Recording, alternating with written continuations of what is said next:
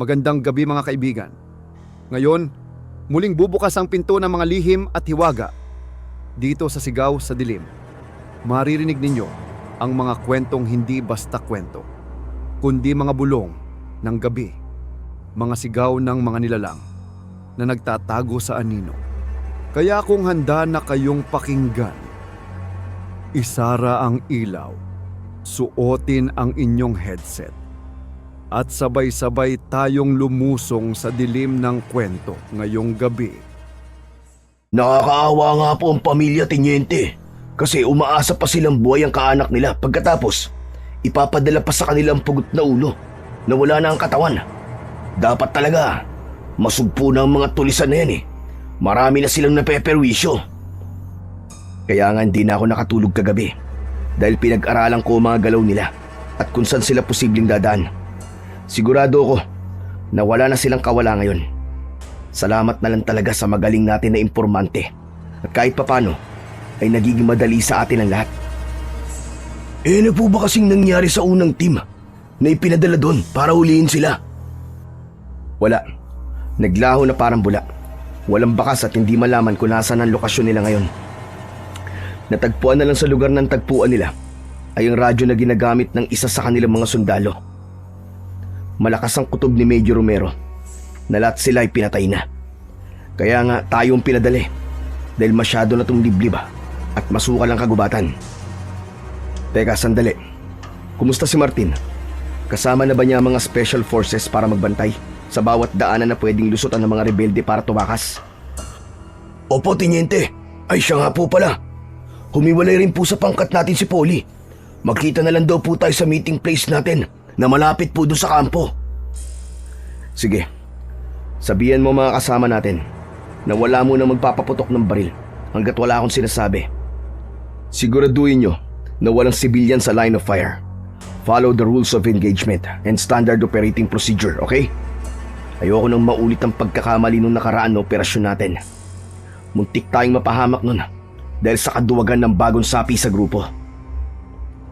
Ayos na po ang lahat, sir. Natimbrihan ko na po mga kasama natin, pati po yung bago. Mabuti naman. Okay, back to position. Nang masiguro ni Baron na ayos na ang lahat, ay nagsimula na silang maglakad papalapit sa baryo. Pinasok nila ang masukal na kagubatan habang alerto sa paligid. Tanging ang maririnig na lang ay ang mahinang yabag ng paa ng mga tauhan niya. Sa bawat halaman na madadaanan ay kanya-kanya ng tago ang kanyang mga tauhan. Dala ang kalibre M14 carbine, habang si Baron naman ay M16 rifle. Naghihintay sila sa pagdating ng mga rebelde na pinamumunuan ni Commander Lawin. Dahil sa pagiging mahusay na scout ranger, binansagan ng kanilang grupo na mata ng agila.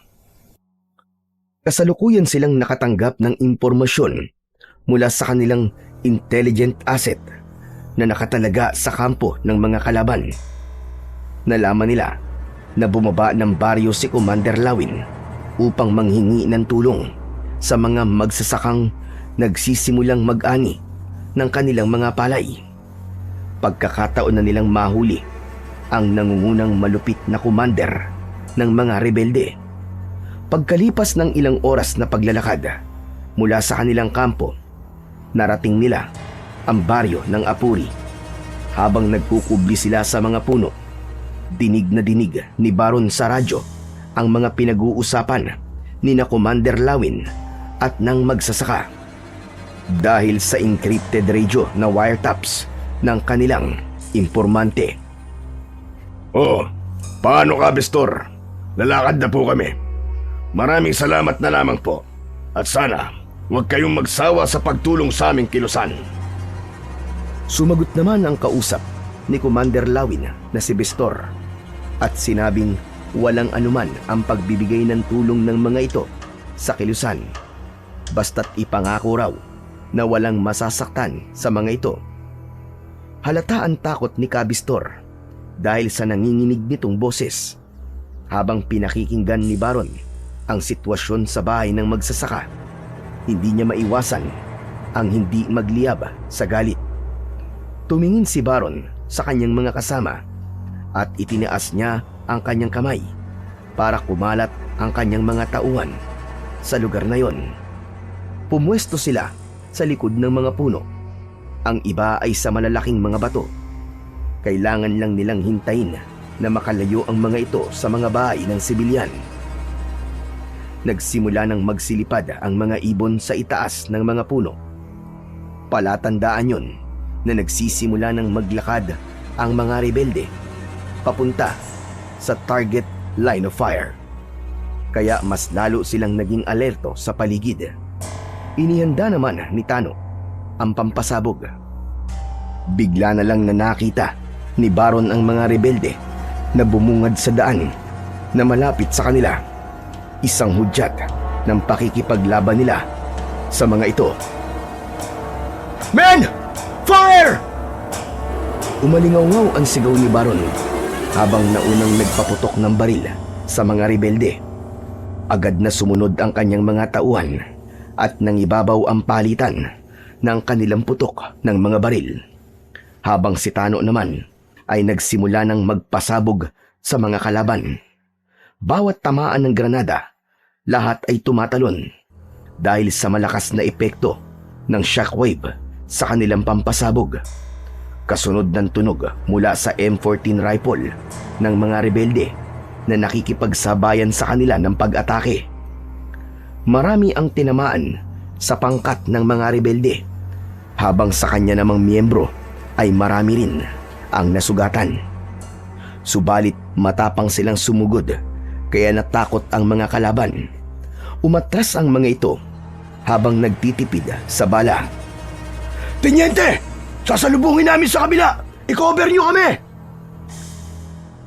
Isang tango ang isinagot ni Baron sa sinabing yun ni Tano, at magkakasunod na umalingaw-ngaw ang tunog ng baril sa kanilang paligid para protektahan ito sa pagbaling sa ibang direksyon.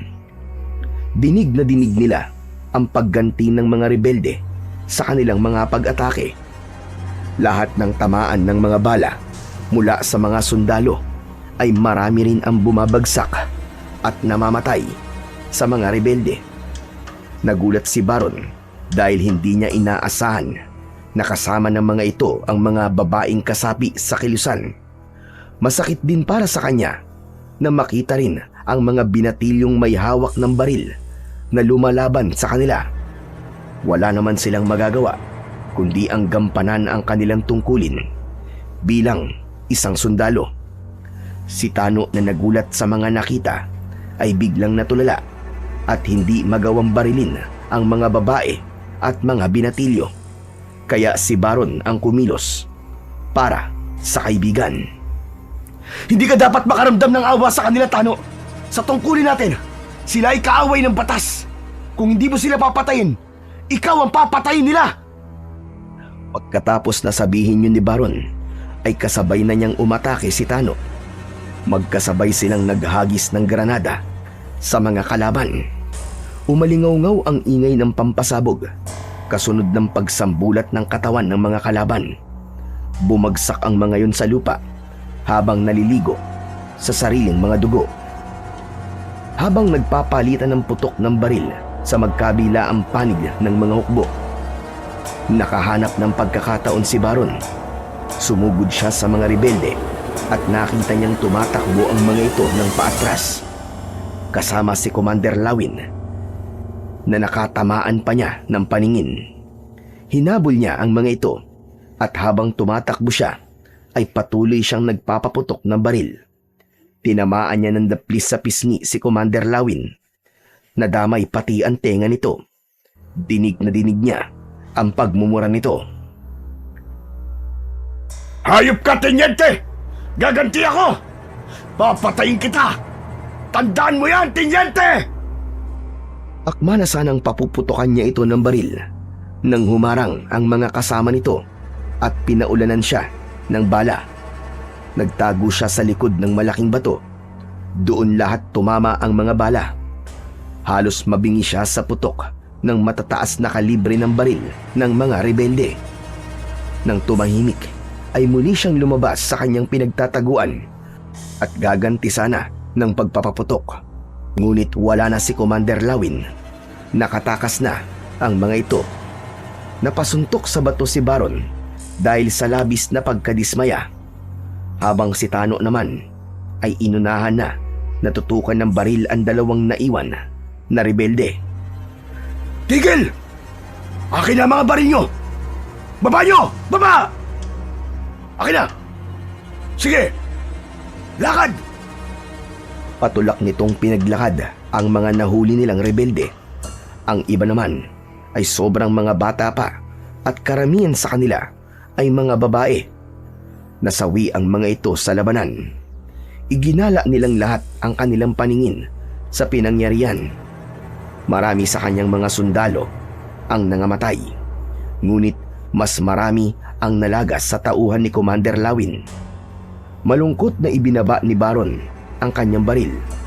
Sa pangalawang pagkakataon ay nabigo na naman siyang mahuli ang pinuno ng mga rebelde. Maya-maya pa ay lumapit sa kanya si Tano. Tiniente, anong gagawin po natin sa kanilang mga katawan? Mag-report ka muna sa headquarters. Sige na, Ikaw nang bahala. sige po, Tiniente. Agad na sumunod sa kanyang utos si Tano. Pero bago yun, ay pinagmasdan niya ang mga batang namatay sa labanan. Nalulungkot siya na sa ganong edad ay winakasan ng karahasan ang buhay ng mga ito. Pagkatapos nilang magwagi sa labanan, nagbayad sila sa may-ari ng mga kalabaw na magdadala sa munisipyo ng mayor ng baryo ng Apuri dahil marami ang mga namatay na rebelde. Sa pagdaan nila sa mabatong kalsada ay halos pagpiestahan sila ng mga tao. Habang naglalakad ay napansin ni Baron na bakas sa mukha ng mga tao ang galit. Mukhang mas pinapanigan pa ng mga ito ang mga rebelding pinamumunuan ni Commander Lawin. May ilan pa na naririnig niyang pumatay na naman daw ang mga lisensyadong sundalo na walang awang pumapatay ng sibilyan. Pagkalipas ng ilang sandali ay ipinarada nila ang mga patay sa harap ng munisipyo. Nakita ni Baron na nakaabang na sa kanila si Mayor Castro. Sumaludo muna siya rito bago nagsalita. Sir, kayo na po ang bahala sa kanila. Tumingin si Mayor Castro sa mga patay na nakalagay sa paragos at nagtanong ito kay Baron kung rebelde raw ba lahat ng kanilang mga napatay. Bakit, Mayor? Ano pong akala niyo sa amin? Pumapatay ng sibilyan, tapos palalabasin ng mga rebelde? Naramdaman bigla ni Baron ang palad ni Tano sa kanyang dibdib na para bang pinipigilan siya na magsalita. Mukhang naramdaman ng kanyang kaibigan ang biglang pagpantig ng kanyang tenga sa tanong na yon ni Mayor Castro. Lumapit ang mayor kay Baron at nagsalita habang nakatingin sa bangkay ng mga rebelde. Sinabi nitong wala itong ibang ibig sabihin sa tanong. Wala naman daw masamang magtanong. Dahil doon, sumingit na sa usapan si Tano. Kung gusto mo, Mayor, sumama ka sa operasyon namin o kaya naman ay yung mga alalay mo nang malaman nyo kung sino ang mga taong yan. Mayor, tignan niyo po muna ang mga bangkay. Kapag meron kayong mga kilala na tao dyan na sibilyan, ituro niyo sa amin. Mas lalong nagkaroon ng tensyon dahil sa sinabi na yon ni Baron. Bumakas ang pagkairita sa muka ni Mayor Castro at nanindigan ito na nagtatanong lang daw ito sa kanila. Wala raw itong ibig sabihin sa naging tanong nito kanina. Kung kinakailangan daw na kumpirmahin nito ang bawat isa sa mga bangkay ay NPA, ay gagawin daw nito at handa raw ito na makipagtulungan sa kanila. Kaya si Baron hindi na iwasang muling magsalita batay sa kanyang nararamdaman. Hindi po kaya, Mayor. Pati kayo ay tinatakot na rin ni Commander Lawin. Dahil sa tanong ni Baron, ay medyo tumaas ang boses ni Mayor Castro. Masyado raw mabigat ang salitang lumalabas sa bibig niya. Kung ganun po, makipagtulungan kayo ng maayos sa amin. Hindi kami basta sundalo lang napapatay ng hindi namin siguradong rebelde ang mga taong makakaharap namin. Biglang huminahon ang boses ni Mayor Castro at sinabing wag raw nilang masamain ang sinabi nito. Maya-maya pa ay nagpasya na itong pumasok sa loob ng munisipyo at sinabi sa mga tauhan nito na asikasuhin ang mga namatay sa labanan. Pagkatapos nilang mag-usap tungkol sa mga nasawi sa labanan, ay bumalik na ang kanilang hukbo sa kampo. Isang gabi, habang kumakain siya ng hapunan, ay biglang dumating si Tano. Naupo ito sa harapan niya at nagbukas ng usapan tungkol sa nangyaring engkwentro nila sa mga rebelde kahapon. Tiniente, balitang-balita kahapon ng mga nangyaring sagutan sa pagitan niyo ni Mayor Castro. Ikaw pa lang daw ang nakapagsalita ng ganun sa alkalde na yun. Ang usay raw niyo pagdating sa pakikipaglaban at kahit mayor daw ang kausap mo, talagang nakipagtalo raw kayo. Pero alam niyo ba, Teniente, habang nagbabantay kami sa munisipyo, narinig namin mula sa pamilya ng mga nawawalang magsasaka. Hindi pa raw natatagpuan ang kanilang mga bangkay hanggang ngayon. Humihingi sila ng tulong kay Mayor Castro. Sobrang nakakaawa sila.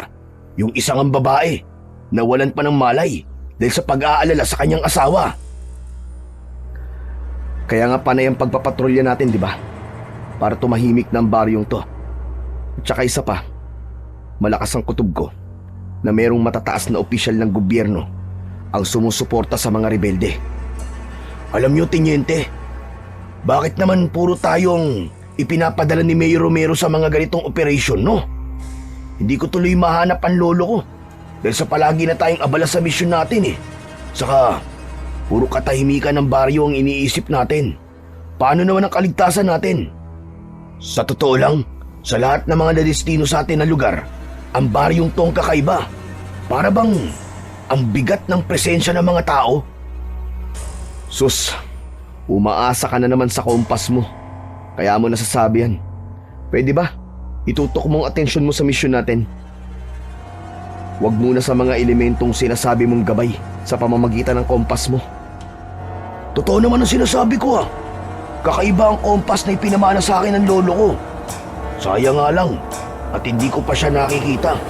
2 taon lang daw ako nun nang ipasuot ito ng lolo ko sa akin.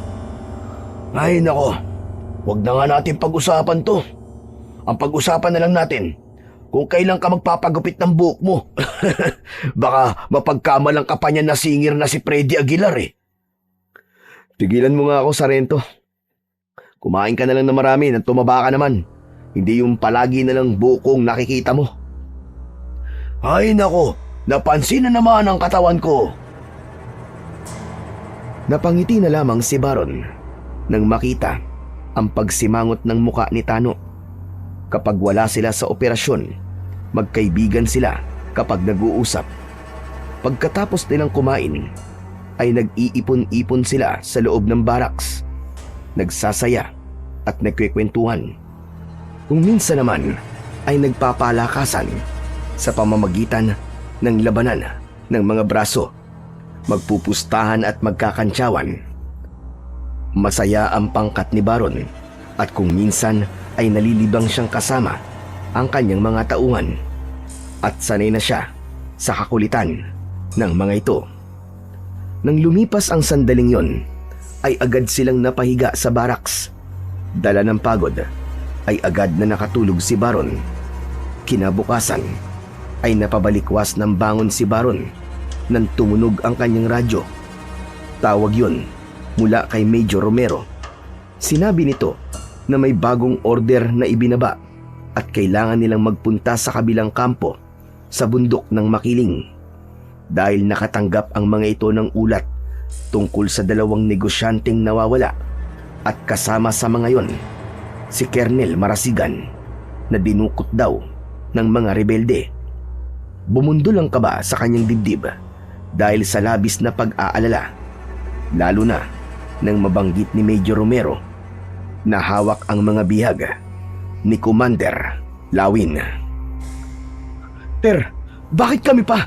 At saka, sa dinami-rami ng mabibiyag nilang sundalo, ay si Colonel pa. Tumagot si Major Romero at sinabi nitong may tiwala raw ito sa kanilang grupo. Isa pa, si Colonel Marasigan daw ang sumama sa dalawang negosyante para maghatid ng tulong sa mga katutubong Aita. Kaya raw nakasama ito sa naging biyag ng mga kalaban. Nagtanong si Major Romero kung bakit daw nasabi niya yon. Ngunit hindi niya na sinagot at mabilis na tinanggap ang misyon.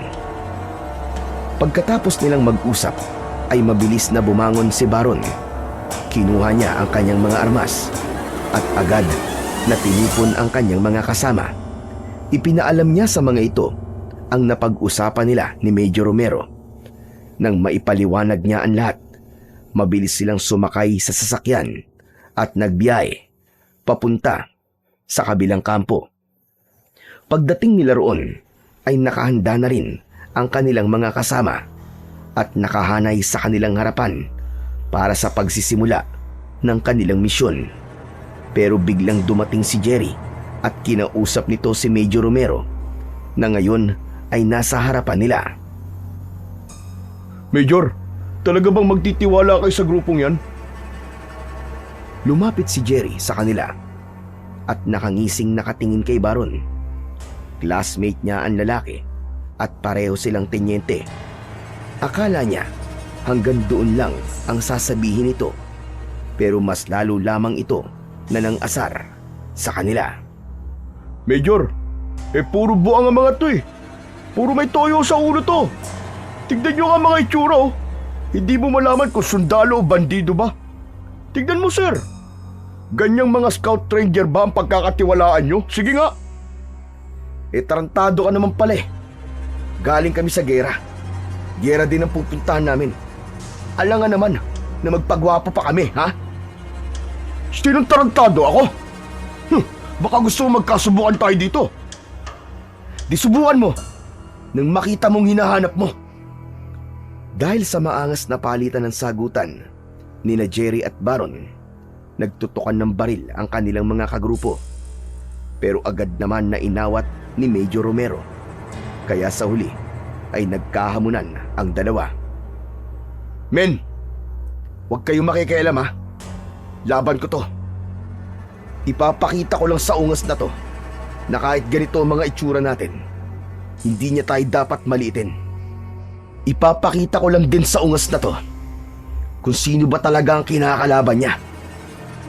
Dahil sa hamon ni Baron, tinanggap yun ni Jerry at kinausap naman ito ang umiiling na si Major Romero. Major Romero, narinig mo ah. Mga ginoong laban to. Lalaki sa lalaki. Walang aawat sa inyo. Susubukan ko lang kung hanggang saan ang tapang nito. Sige, dun tayo sa tabi ng dagat. Kayo, sumama kayong lahat sa amin. Panoorin nyo kami para may matutunan naman kayo. Pumayag naman si Major Romero sa hamunan ng dalawang tenyente habang naghuhubad sila ng uniforme at baril. Hanggang sa matira na lamang ay ang kanilang damit na pangloob. Lumayo sila at naghanap ng mas magandang pwesto na paglalabanan nilang dalawa, habang si Tano naman ay bakas sa anyo nito ang matinding pag-aalala. Pero walang nakapigil sa dalawa. Hinubad pa lang ni Baron ang suot niya ay inunahan na siya ni Jerry. Dalawang suntok kagad ang tumama sa kanyang muka, pero agad siyang nakabawi ng dalawang magkakasunod na suntok sa sikmura nito. Palitan sila ng sipa sa bawat isa na halos iisa lang ang kanilang mga galaw. Umalingaw-ngaw ang sigawan mula sa kanilang mga tauhan. Walang gustong magpatalo sa kanilang dalawa. Kung ilang suntok ang tumama sa muka ni Baron, ganon din ang bawi niya ng suntok na tumatama naman kay Jerry. Si Tano ay may pagtalon pa habang ipinagmamalaki si Baron. Sige sir, banatan mo! Patikimin mo ng malupit! Yan, uppercut! Sige sir! Nang mabawasan ang kayabangan yan, Banatan mo! Habang patuloy sa pagsusuntukan ang dalawa, ay natigil ang mga to nang pareho silang bumagsak sa buhangin. Nagkatitigan sila ng matalim habang namumula ang mga muka. Ang buong akala ng lahat ng kanilang mga kasama na ipagpapatuloy pa nila ang labanan, pero gumuhit ang matamis na ngiti sa kanilang labi. Sabay apir at suntok sa bawat kamao ng bawat isa. Nagyakapan na parabang matagal na hindi sila nagkita. Hayop ka pa rin, Baron. Hindi ka pa rin nagbabago ah. Parang medalist ka pa rin. Talaga mabigat kang kalaban pagdating sa harapan. Kumusta pare? Matagal tayong hindi nagkita. Ikaw rin naman. Ang laki ng pinagbago mo. Mahusay ka ng mang-asar. Pagkatapos nilang magbatian sa isa't isa, ay hinarap nila ang kani-kanilang mga tauhan. Bakas pa rin sa mukha ng mga ito ang labis na pagkabigla. Men, pasensya na kayo ah. Ganito lang talaga kami magbatian ni Teniente pag nagkikita. Nagkakatuwaan. Nag-aaway muna bago nag-uusap ng matino. Umalingaw-ngaw ang halakhakan ni Baron at Jeffrey, habang ang kani-kanilang kagrupo naman ay napapailing na lang sa kalokohan ng dalawa. Napaniwala nila ang mga ito na totoo ang kanilang paglalaban. Si Baron ang unang nagsalita at ipinakilala si Jerry sa kanyang mga tauhan. Men, ipinapakilala ko sa inyo si Teniente Jerry Arellano. Siya ang kaibigan at classmate ko. Makakasama natin ang grupo niya sa misyon na to. Oh, narinig nyo na ah. Magkasangga kami. Kaya huwag na kayo magtutukan ng baril sa isa't isa. Pasensya na, napaniwala namin kayo. O paano, Baron? Doon muna tayo sa opisina. Ipapaliwanag ko sa'yo misyon natin. Naunang naglakad si Jerry, kasama ang nakangiting si Major Romero, na isa rin sa napaniwala nila. Kasunod si Baron, habang naiwan naman ang kanilang mga tauhan. Nahabol ang tingin sa kanila. Pagpasok naman ng magkaibigan sa opisina nito, ay tumambad sa kanilang paningin ang whiteboard at lamesang may mga sketch ng military planning ng mapa ng kampo ni Commander Lawin, kung saan ay nakadetalye ang bawat lugar na posibleng pinagdalhan sa mga bihag. Mariin na pinagmasdan ni Baron ang bawat point na daanan ng mga rebelde at kung paano ito papasukin. Nakita niya na bukod sa kuta ni Commander Lawin, katabi nito ang kuta ni Calando na itinuturing na isa sa pinakamalaking kuta ng mga rebelde. In this area, may pinadala akong isang team para hanapin sina Colonel Marsigan at ang dalawang negosyanteng dinukot nila. Pero hindi na sila nakabalik. Kutob ko, marami ang nagkalat na patibong sa paligid ng kuta. Kaya kailangan natin magdala ng mga eksperto sa mga bomba. Sa palagay ko, kakaiba ang pangkat na to.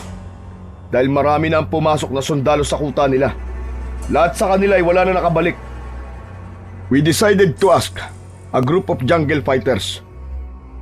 Pero ang sabi sa akin ni Major Romero, para makuha natin si Colonel Marsigan, kung buhay pa nga siya, ang grupo mo ang kailangan namin. Makakaasa ka, Jerry. Gagawin namin ang lahat na makakaya namin gawin para lamang mailigtas si Colonel Marasigan. Umaasa pa rin ako na buhay pa si Colonel at ang dalawang negosyante. Aasahan ko yan. Pero kailangan natin ng dobleng pag-iingat. Dito tayo magsisimula sa silangan. Konti lang ang bantay rito. Pero hindi pa rin natin may aalis ang posibilidad na kaya konti ang bantay dito dahil marami nagkalat na mga landmine. Susuyurin nating mabuti ang bawat paligid nila. Mahusay ang mga bata ako sa mga ganyang sitwasyon. Kaya garantisado na maililigtas natin ang mga biyag. Magiging isa tong top priority sa lahat ng misyon.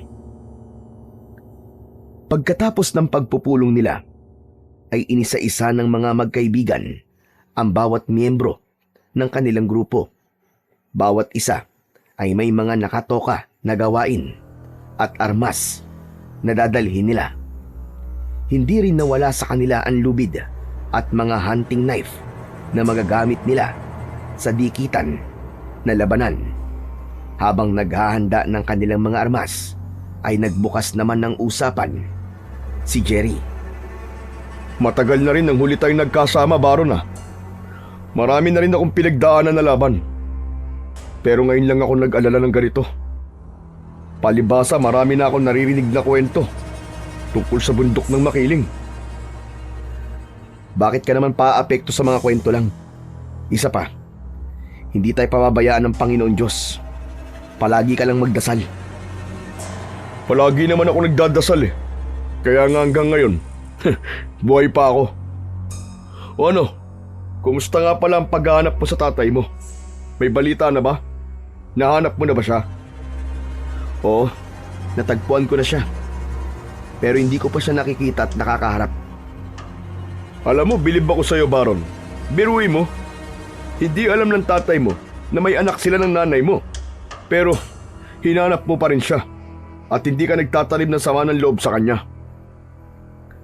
Para saan naman kung magagalit pa ako sa kanya, di ba? Isa pa, wala naman siyang kasalanan eh.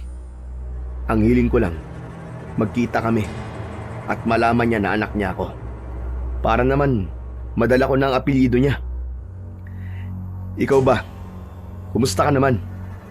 Heto, miss ko nang samahan natin. Kaya nga malakas ang loob ko ngayon eh.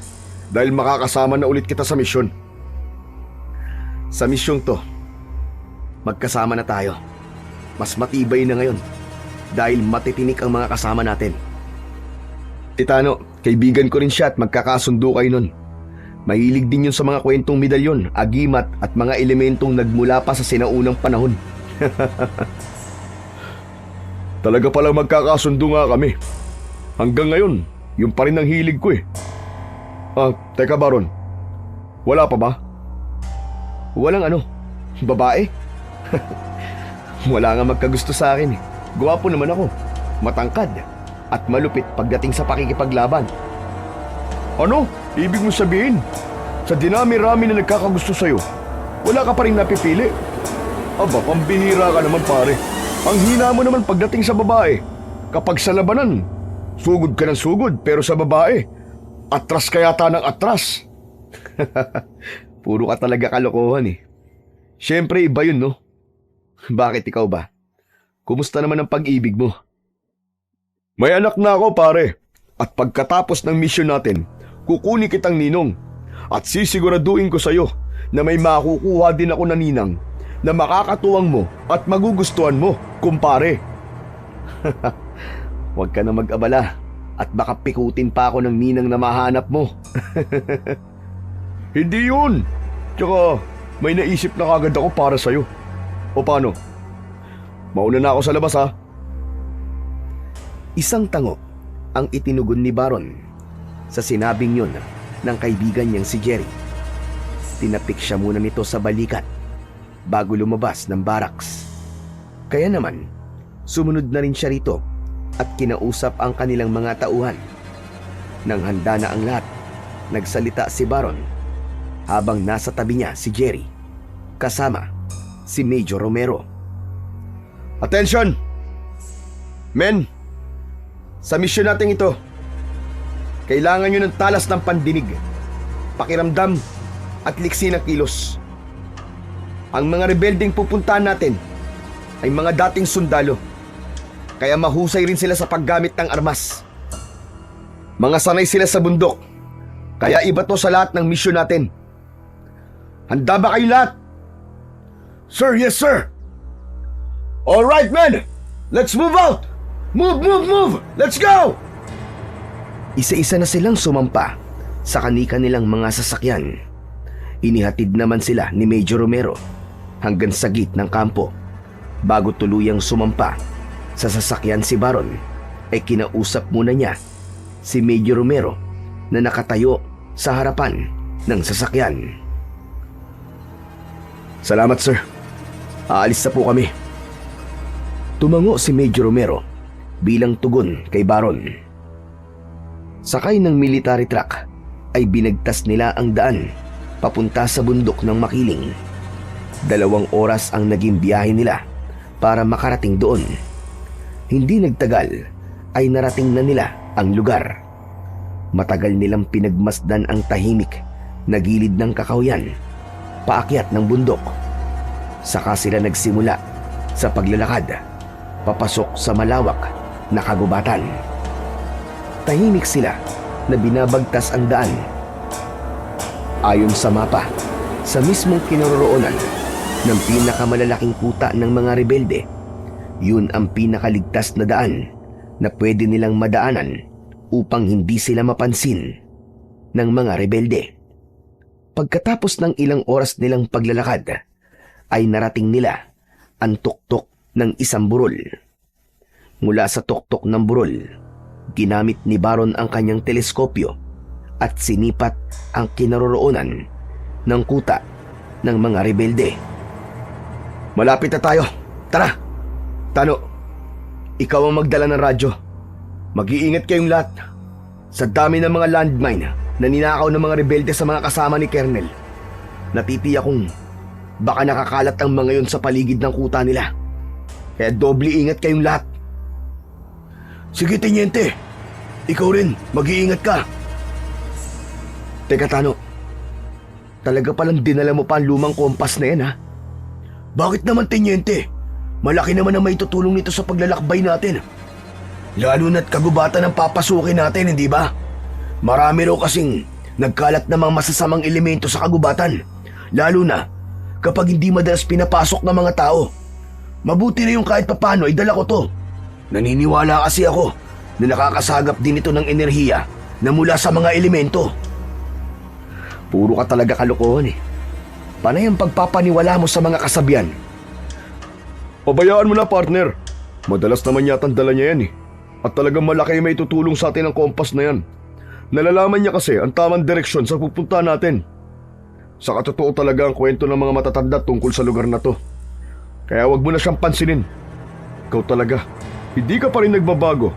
Ayaw mo pa rin maniwala sa mga sinasabi ng matatanda. Sus, talagang nagkampiyan pa kayong dalawa. Nagkasundo na kagad kayo ah. Tara na nga, at baka abutan pa tayo ng gabi sa daan. Natatawa na lang si Baron nang mauna siyang maglakad sa mga ito.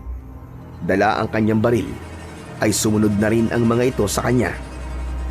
Marami silang nadaanan na bahay na inabandona ng mga tao. Lahat sila ay sinuri ang paligid. Napansin ni Baron na merong kalansay sa bawat bahay. Sira ang dingding at nagkalat ang mga gamit sa lupa. Kaya lang, biglang huminto si Tano at sumigaw ito nang may natuntungan itong landmine. Nagkatinginan sila Jerry at Baron. Agad silang lumapit kay Tano. Tenyente! Landmine! Nasa kaliwang pa ako! Yan ang nga ba sinasabi ko sa'yo eh. Panay ang tingin mo sa kompas mo eh. Kaya hindi mo nakita ang landmine. Jerry, tingin mo nga. Alam kong mahusay ka dyan eh. Yumuko si Jerry para tignan ang ilalim ng paa ni Tano. Binunot nito ang hunting knife at isinuot sa ilalim ng paa ni Tano. Ang kanila namang mga kasama ay saglit na huminto sa paglalakad habang pinapanood ang ginagawa ni Jerry. Pagbilang ko ng 3, taas mo ang paa mo, okay? Sir, baka sumabog ha? Ano ka ba? Pati ako nininervyos sa'yo eh. Talaga ba sundalo to, Baron? Matatakotin naman pala to kasama mo eh. Iwanan kaya natin? Sir, wag naman. Wala namang ganyanan. Huwag ka kasi matatakotin. Sige, focus. Oh, tulad na sinabi ko, pagbilang ko ng 3 ah. Iangat mo ang paa mo. 1, 2, 3. Mabilis na naiangat ni Tano ang paa at napatungan kagad yon ng talim ng kutsilyo ni Jerry. Pinagpawisan si Tano dahil sa unang beses lang itong nakaranas ng makatungtong ng landmine. Ilang minuto ang lumipas ay mabilis na nagawa ni Jerry ang pagtanggal sa bomba sa lupa. Isang malalim na hinga ang kumawala sa lalamunan ni Jerry habang inaayos ang talim na pumalit sa paa ni Tano. Dinaganan nito ng malaking bato ang kutsilyo, saka tumayo at tumingin sa gawi ni Baron. Ayos na! Clear na ang landmine! Tumango si Baron at napatingin sa namumutlang si Tano. Maya-maya pa ay napalingon sa paligid si Baron kasama ng iba pang mga sundalo na naroroon. Pakiramdam niya ng mga sandaling yon ay may mga matang nakamasid sa kanila. Kaya itinaas niya ang kanyang baril at mariin na tumitig sa isang lumang bahay. Pagkatapos ay narinig niyang lumapit sa kanya sina Jerry at Tano. Hindi naman naiwasan ni Jerry ang hindi magsalita tungkol sa mga landmine. Kaya naman pala wala na nagbabalik sa mga tauhan ko eh. Hindi pa sila nakakarating sa objective nila. Patay na silang lahat dahil sa mga nagkalat na landmine. Kaya kayo, mag-iingat kayong lahat. Marami pang ganyan dito, panigurado. Tayo na. Maging alerto kayo sa paligid ah. Iba ang nararamdaman ko sa lugar na to. Teka. Oh, bakit ka uminto? May naririnig akong kakaiba sa paligid. Men, magsitago kayo! Kanina ko pa nararamdaman na meron tayong ibang kasama sa lugar na to. Agad na nagsitago ang kanilang mga kasama habang nakikiramdam sila sa paligid. Hindi nga nagtagal ay merong mga rebelde na tumigil sa tapat ng kanilang pinagtataguan. Nag-uusap ang mga ito kung meron daw nakitang kahina-hinala sa paligid. Sasagot sana ang lalaking tinanong, pero tumigil ito sa pagsasalita nang makita ang landmine na may nakataklob na malaking bato. Nagkatinginan ng mga ito at nagmamadaling bumalik sa kuta. Ang iba naman ay naiwan at naging alerto sa paglinga sa paligid.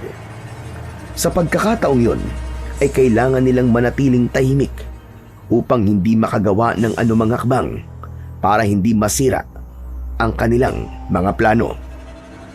Nang umalis ang mga rebelde sa kanilang harapan, ay sinundan nila ang mga ito sa paglalakad habang magagaan ang mga paa na nagtatago sa lahat ng puno na madadaanan nila. Nang makarating sila sa tuktok ng burol na malapit sa kuta ng mga rebelde, muling ginamit ni Baron ang kanyang teleskopyo. Naramdaman niya na lumapit sa kanya si Jerry. Anong sitwasyon sa loob ng area, pare? Positive. Nasa kuta nga nila mga biyag. Nakita ni Baron na marami ang nagbabantay sa paligid. May 5 kubo na may mga rebelding nakatambay sa labas. Hinanap kagad ng kanyang paningin ang kinaroroonan ng kulungan ni Colonel Marasigan. Nasa gitna yun ng kuta na may 6 na rebelding nagbabantay na halos lahat ay dala ang matataas na kalibre ng baril. Jerry, baka nandyan sa bahay na yan si Colonel Marasigan. Kung ganun, mahusay pala ang intel ni Major Romero ah. Naibigay niya ng maayos ang lahat ng detalye. Sumisenyas pa lang si Baron sa kanyang mga kasama para sumugod. Nang makita na kagad sila ng mga kalaban, agad silang pinaputukan ng magkakasunod. Pati granada ay tumama na rin sa kanilang mga pwesto. Hiwa-hiwalay silang nagtago at gumanti ng putok sa mga kalaban. Narinig nila ang boses ni Commander Lawin. Sugod! Huwag niyong hahayaang makalapit sila sa kuta! Pasabugin niyo ang kinaroroonan nila! Buhan ang mga rebelde sa pagsunod sa utos ni Commander Lawin. Habang panay ang utos nito sa mga tauhan, magkakasunod na sumabog ang kalapit na bahay ng kulungan ng mga biyag mula sa pag-atake ni Tano sa mga kalaban. Salubungin niyo mga inutil! Paputukan niyo! Huwag niyong hahayaang makuha nila mga bihag! Umalingaw-ngaw ang boses na yon ni Commander Lawin.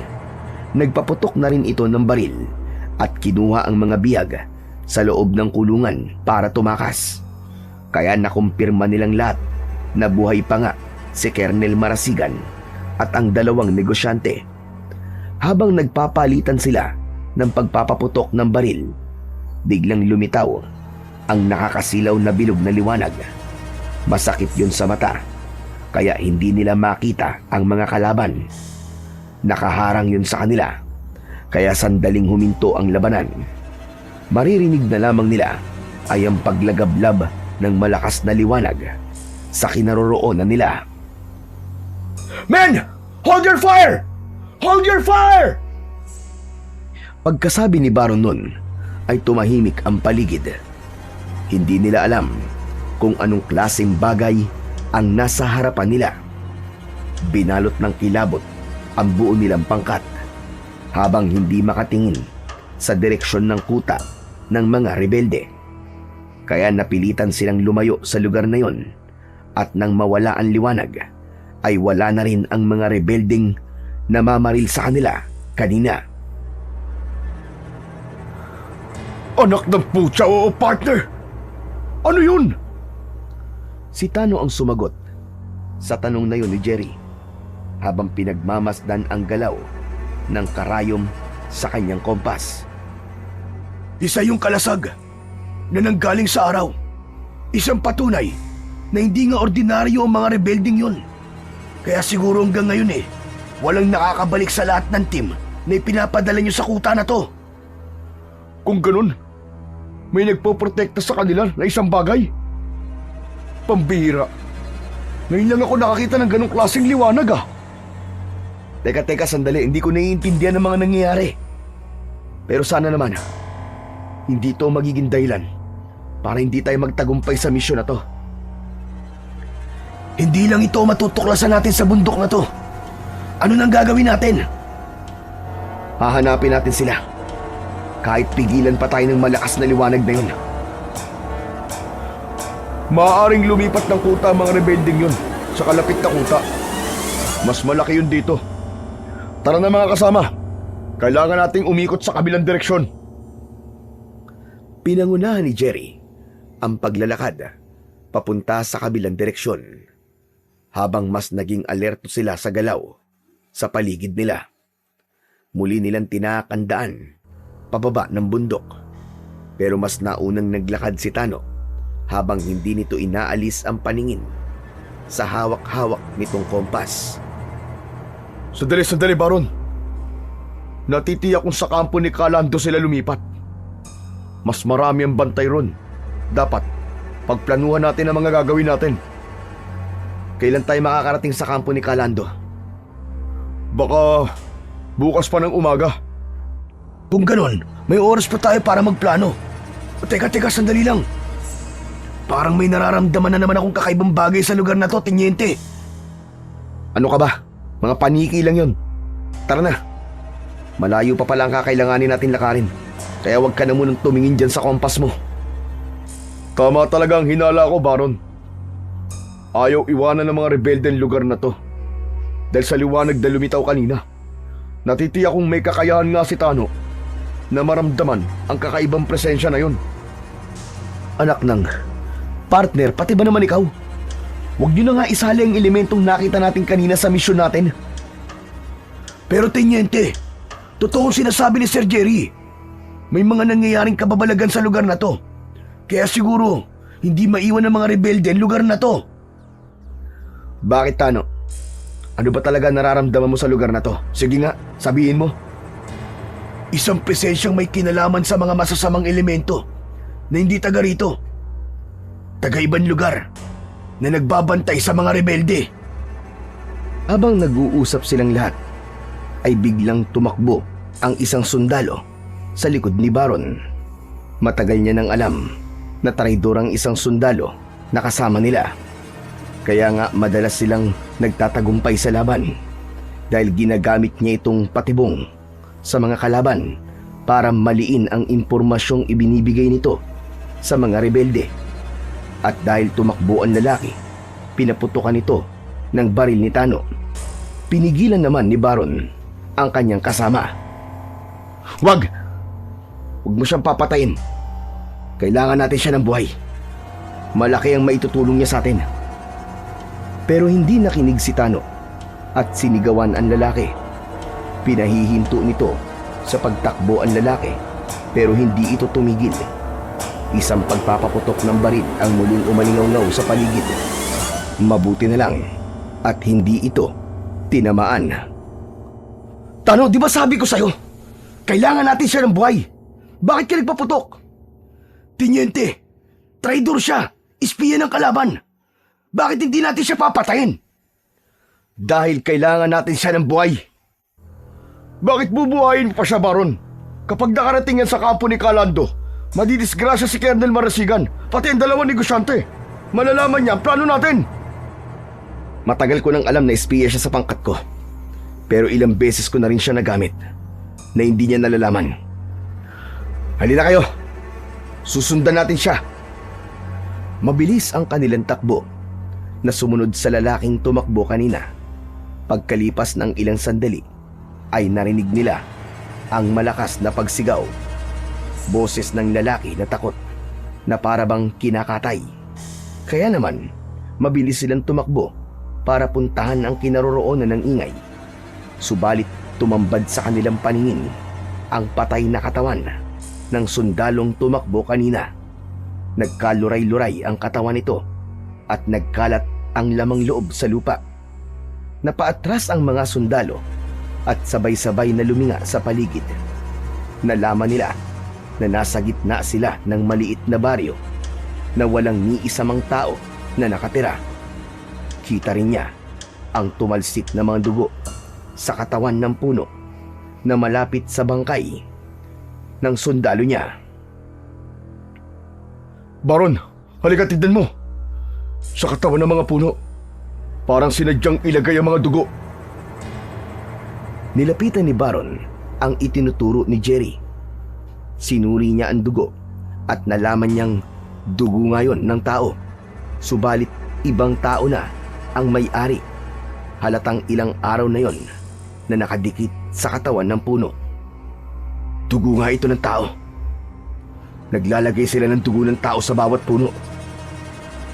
Dahil sa sinabi na yon ni Baron, ay nagsalita si Tano habang bakas sa mukha nito ang matinding pag-aalala. Isang nilalang ang umatake sa sundalong to, Tiniente. Siya ang presensyang nararamdaman ko kanina. At ang mga dugo sa puno ay isang palatandaan na naubos niya ang lahat ng mga taong nakatira rito. Sa makatuwid, iniisa-isa ng nilalang ang pagpatay sa lahat ng mga tao rito. Kung ganun, totoo nga ang sinasabi ni Tano, Baron. Dapat na natin seryosohin ang mga nangyayari. Bumundol ang kaba sa dibdib ni Baron nang marinig ang sinabi ni Jerry. Inilabutan siya nang makita ang nagkalat na piraso ng katawan ng sundalo kanina. Kaya naman, tahimik silang umalis sa lugar na yon. Sa paglalakad nila sa kabilang direksyon, ay nakakita na naman sila ng mga dugo sa katawan ng mga puno.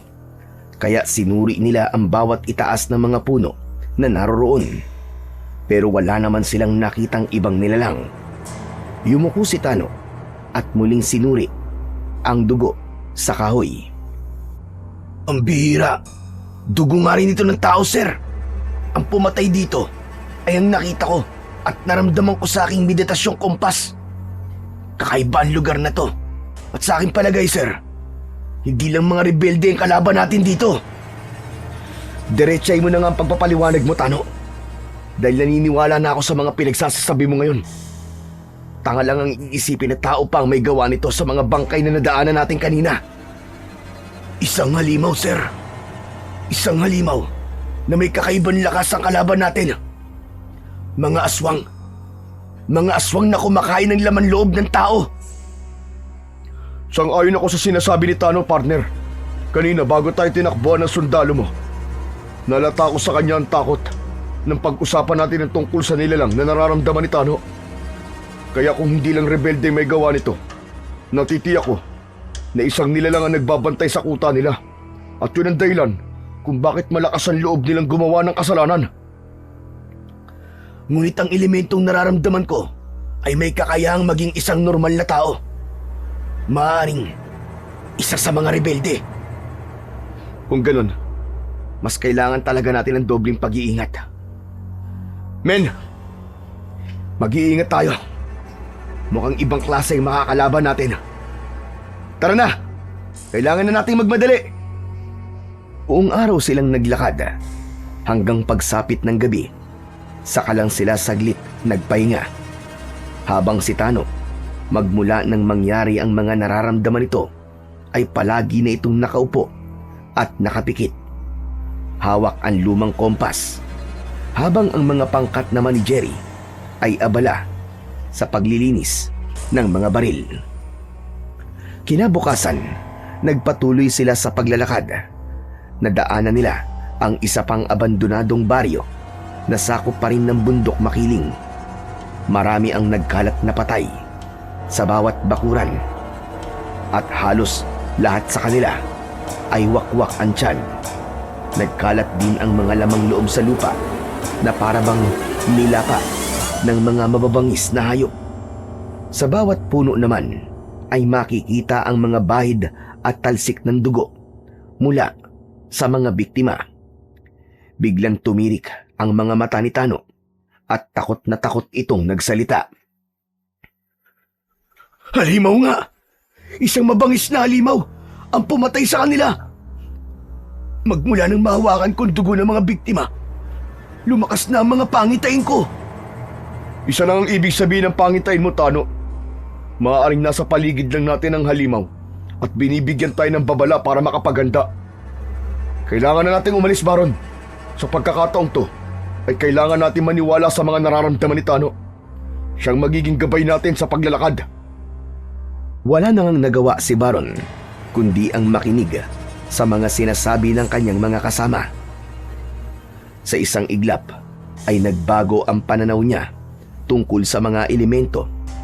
Kaya naman, nilisan nila ang lugar na yon at muling ipinagpatuloy ang paglalakad. Sa dulo ng daan ay meron na namang konting bahay na halos lahat ay inabandona dahil pinatay ang mga tao. Natuklasan nila na halos lahat ng mga bahay na nakapalibot sa kuta ng mga rebelde ay pinatay ang mga nakatira at basta na lamang iniwan sa lugar. Kaya ang mabahong amoy ng paligid ay mula sa mga nabubulok na laman ng tao. Maraming bahay, pero walang tao. Mukhang may mga patibong sa paligid. Siguradong yan ang dahilan, kaya wala na nakakabalik sa mga tauhan ko.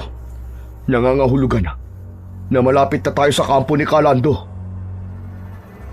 Sa pagpapatuloy ng kanilang paglalakad, ay nagulantang silang lahat nang palibutan sila ng mga rebelde. Naunahan sila at natutukan ng mga baril. Hindi na sila nakagalaw. Biglang nagsalita si Commander Lawin habang nakangising naglalakad papalapit sa kanilang kinaroroonan. Sinasabi ko na nga ba't kayo ang sumunod sa mga tauhan ko? Sige mga kasama, disarman silang lahat at dalhin sa kampo ni Kalando. Maging alisto kayo. Mapanganib ang mga yan. Wala silang nagawa nang kunin sa kanila ang kanilang mga armas. Ang ibang nagpumiglas ay sinaktan ng tauhan ni Commander Lawin at mismong sa harapan nila ay pinaputukan sa ulo ang mga sundalo.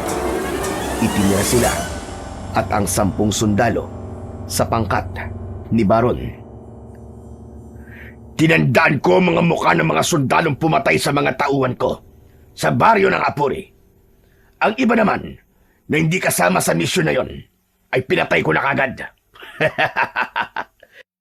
Pagkakataon ko ng gumante, kagaya ng sinabi ko sa'yo, Teniente Baron ng Eagle Squad.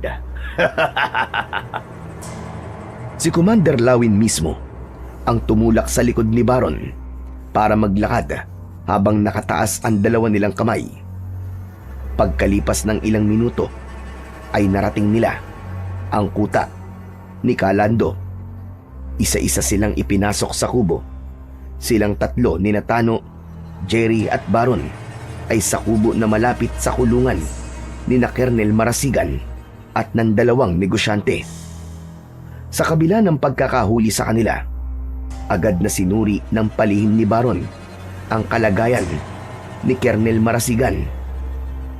Nakahinga lang siya ng maluwag nang makitang ilang pasalang sa muka ang tinamo nito, habang ang kanyang dibdib ay para ng binabayo ng maso dahil sa labis na pag-aalala. Maya-maya pa ay naramdaman niya ang pagpalo ng baril sa kanyang dibdib, pero matapang siyang humarap sa mga kalaban. Mga hayop kayo! Pakawalan niyo kami rito! Pakawalan niyo kami! Kahit na anong pagpupumiglas nila, ay tawa lang ang naririnig nila mula kay Commander Lawin. Sige, igapos sila. Pahirapan nyo hanggang magmakaawa. Hindi mo kami mapapasuko kahit pahirapan nyo pa kami. Pabayaan mo na sila, Tano. Hindi naman magtatagumpay ang mga yan eh. Ang mahalaga, nalaman natin na buhay pa si Kernel Marasigan. Isasabay namin sila sa pagpapahirap sa inyo. Lintik lang ang walang ganti. Lalo na sa'yo, Teniente Baron Salvador. Ikaw ang nagpabagsak sa kabilang kampo. At ikaw rin ang bumira sa mga tauhan ko. Kaya mararanasan mo ngayon ang hirap na hindi mo pa natitikman sa buong buhay mo. Hindi ka magtatagumpay, hayop ka. Hindi mo ako mapapabagsak. Huwag mong saktan ng mga biyag. Bakit hindi ka lumaban sa akin ng patas? Tayo ng dalawa. Huwag ka na magdamay ng iba pa. Hindi ako tanga para maniwala sa mga taktika mo. Sige na! Igapos sila!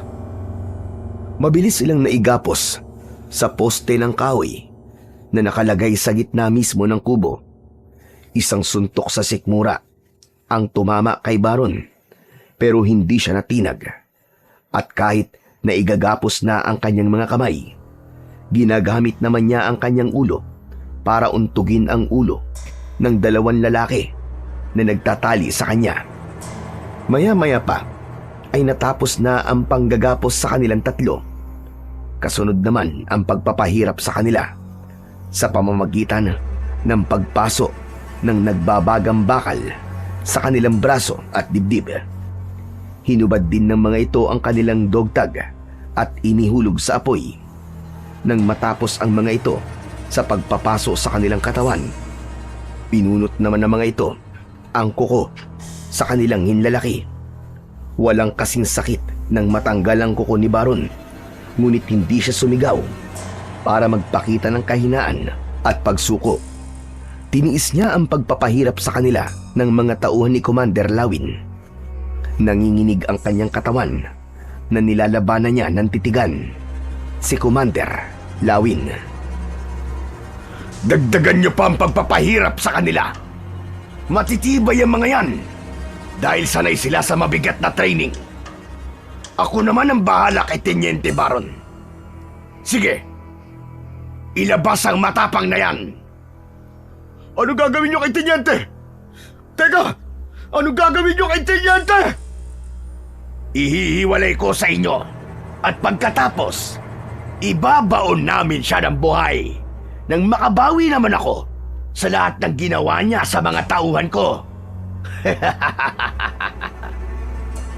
Halos pakaladkad na itinayo ng mga tauhan ni Commander Lawin si Teniente Baron, habang ang kanyang mga kasama, pati na ang ibang tauhan nila, ay pinahihirapan sa kabilang kubo. Dinig na dinig niya ang daing ng mga ito. Bawat sigaw ay para bang kutsilyong tumatagos sa kanyang puso habang unti-unting dinudurog. Dala ng matinding galit ay nagpumiglas siya sa pagkakahawak ng mga ito sa kanya. Kaya naman, pinalo siya ng mga ito ng baril sa ulo.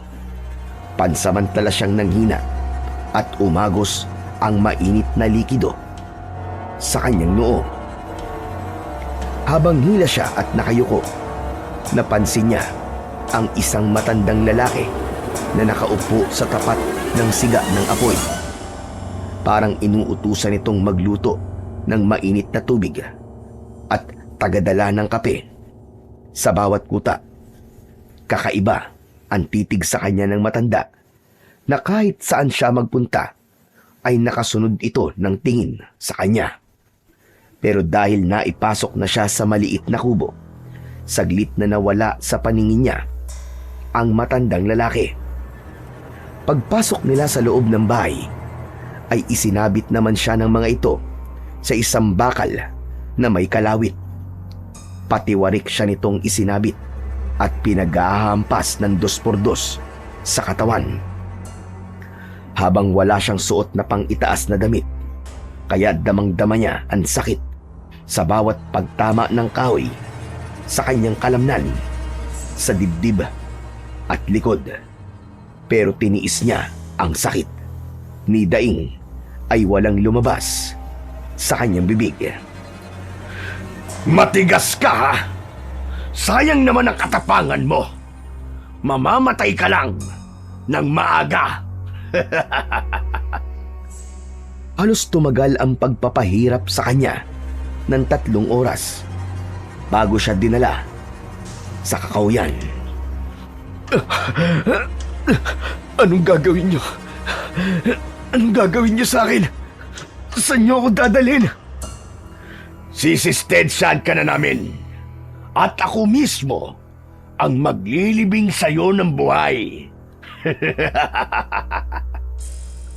Halos humalik sa lupa si Baron nang bitiwan siya ng mga tauhan ni Commander Lawin.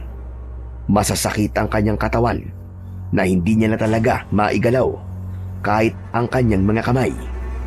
Halos mapuno ang kanyang katawan ng pasa at sugat.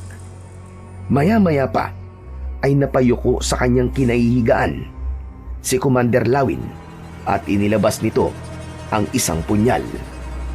Sinaksak siya nito sa balikat habang iniikot-ikot pa nito ang talim sa kanyang laman. Pagkatapos ay kumagat ito sa sugat niya at naramdaman ni Baron ang paghigop nito sa kanyang dugo. Doon na siya napasigaw ng malakas dahil sa labis na sakit. Pakiramdam niya ay unti-unting inuubos nito ang kanyang dugo. Bumaon ang kuko nito sa kanyang braso na parabang sarap na sarap pa ito sa lasa ng kanyang dugo. Bitiwan mo ako, halimaw ka! Bitiwan mo ako! Tama na! Tama na! Patayin mo na lang ako! Huwag mo na akong pahirapan! Tama na!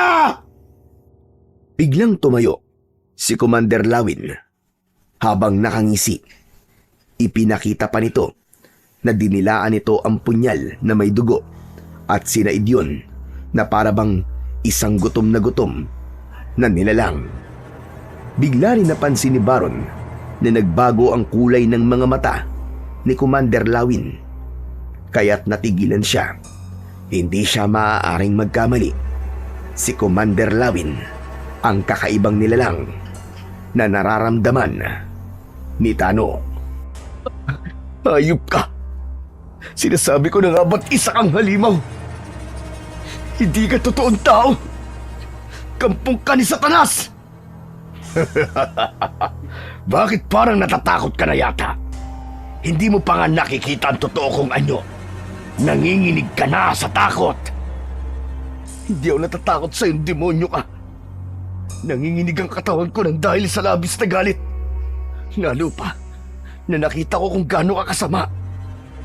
Pagsisisihan mo to. Pagbabayaran mo ang lahat ng to. Huwag ka nang magbanta. Hindi ka naman na mabubuhay sa gagawin namin sa'yo.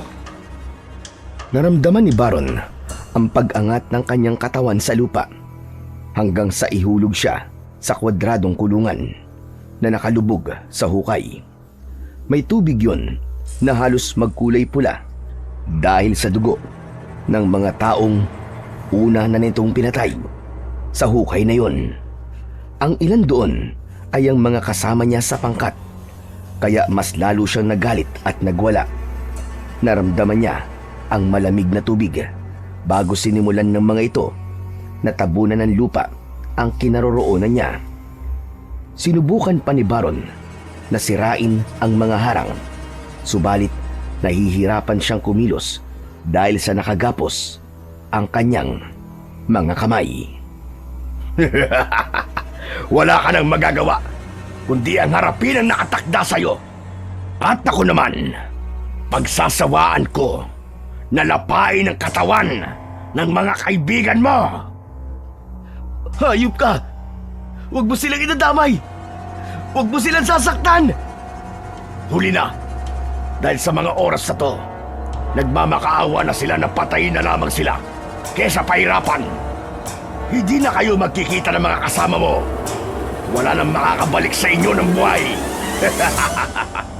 Kagaya ng mga nauna, wala nang sundalo pa ang makakaligtas sa akin ng buhay. Nang matapos si Commander Lawin sa pagsasalita, ay umalis ito sa kanyang harapan, habang nangingibabaw ang halakak nito sa kadiliman ng gabi.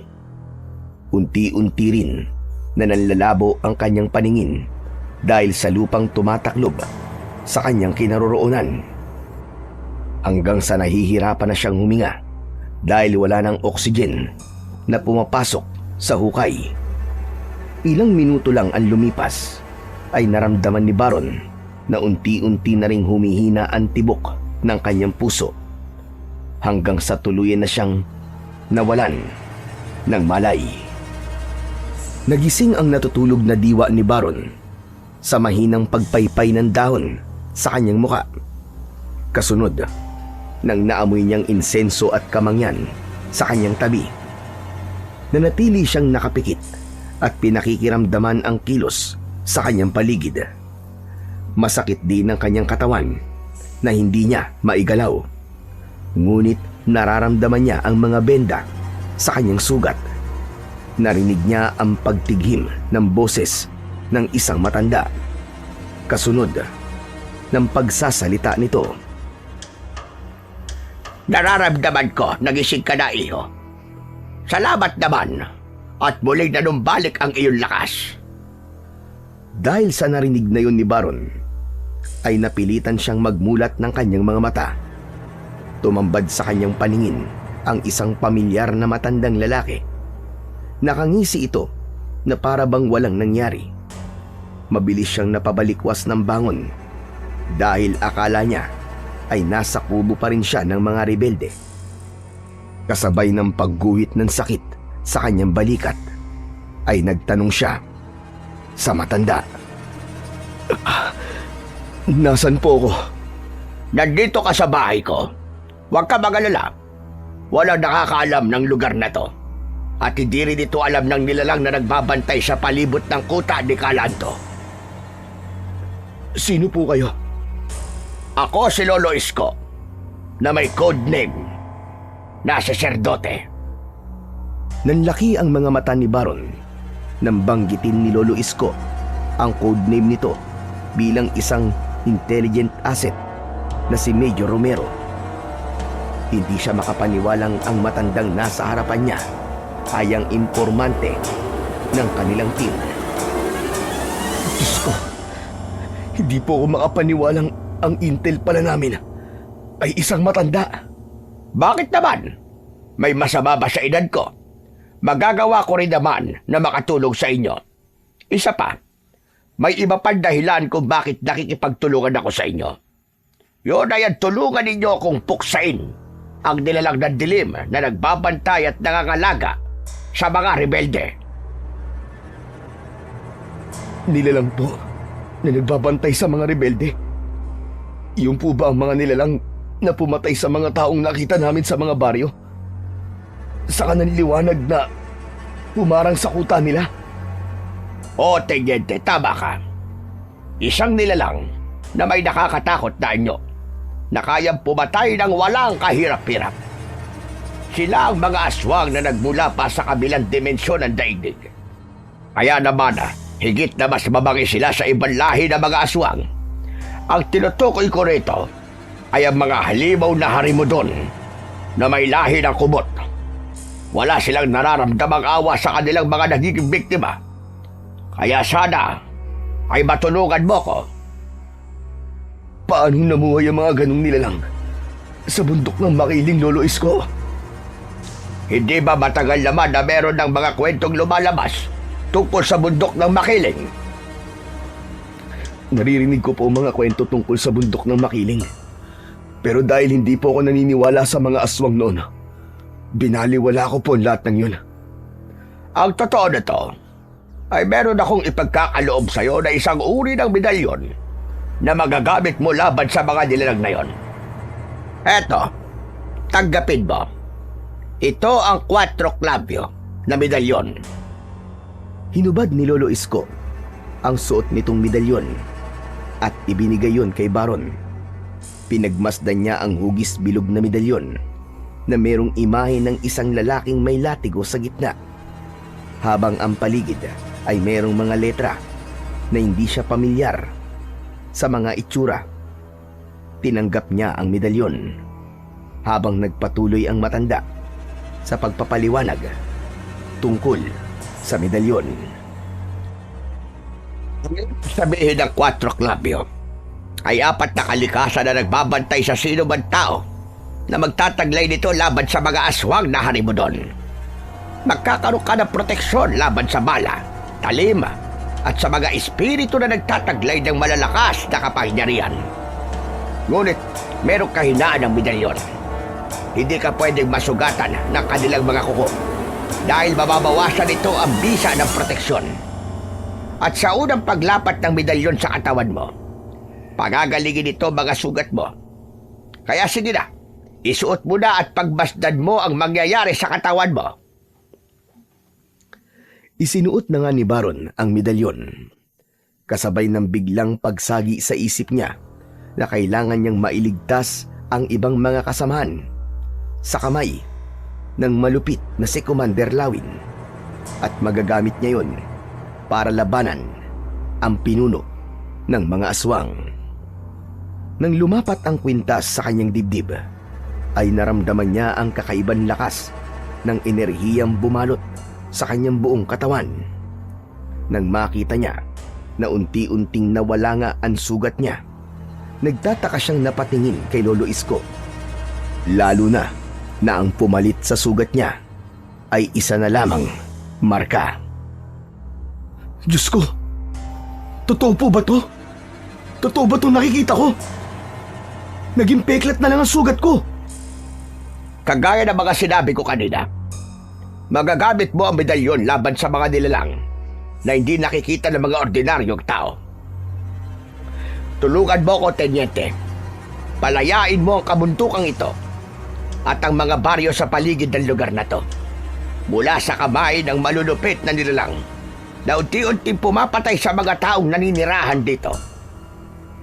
Ang lugar na ito ay dating tahimik at mas... At dito nagtatapos ang ating kwento ngayong gabi.